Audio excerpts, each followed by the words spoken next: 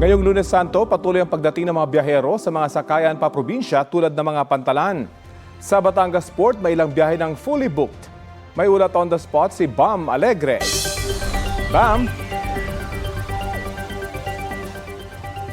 Ravi, kung walk-in chance passenger dito sa Batangas Port ay nananatiling limitado yung mga slots na maaari nyo makuha at depende pa yan sa biyahe. Sa website ng Philippine Ports Authority ay limitado na nga yung mga ganitong slots para sa mga biyaheng dagat. Fully booked na yung biyaheng Romblon, Sibuyan Island at Rojas City. As of 9:30 a.m., iisa na lang ang available na slot sa biyaheng Coron, Palawan at Oldiongan, Romblon.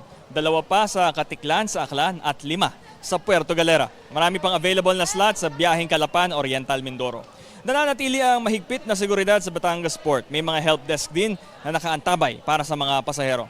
Ang mga dumarating na pasahero kailangan may QR code para digital na ang transaction at maiwasan ang pila. Ito ang tinatawag na ORAS o Online Reservation Assistance System. Kung wala pang online reservation, may QR code na maaaring iscan para doon na mag-book.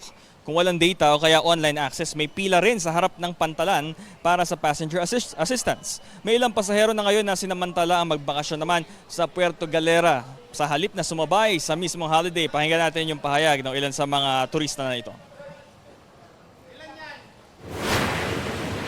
Sobrang dami ngayong mga pumupunta sa Puerto Galera. Ang dami rin namin nakasabay kahapon ng madaling araw. Masaya. Medyo nagka-close po kami kahit nagpa-plastikan lang po kami. Medyo pasok naman sa budget kahit paano, kahit na holiday tsaka tumataas yung presyo ng gas.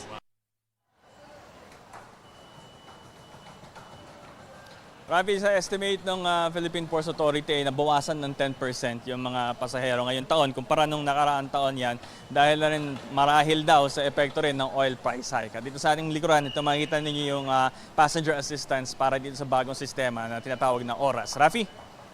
Bam, paano matitiyak ng pamunuan ng Batangas Port na makakabiyahe yung lahat ng pasahero? Iniwasan nila yung talagang chance passenger na pupunta ka rito walang katiyakan kung may masasakyan ka, mag-overnight ka ng matagal.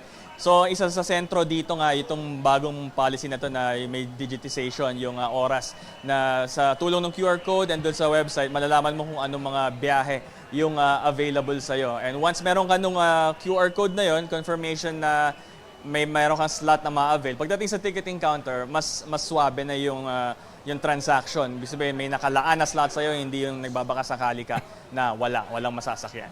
At kumusta naman ang panahon dyan ngayon, Bam?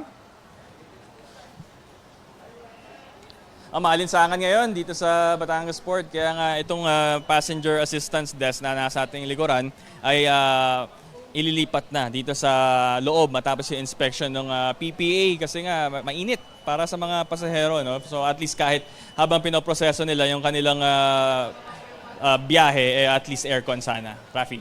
Okay, maraming salamat, Bam Alegre.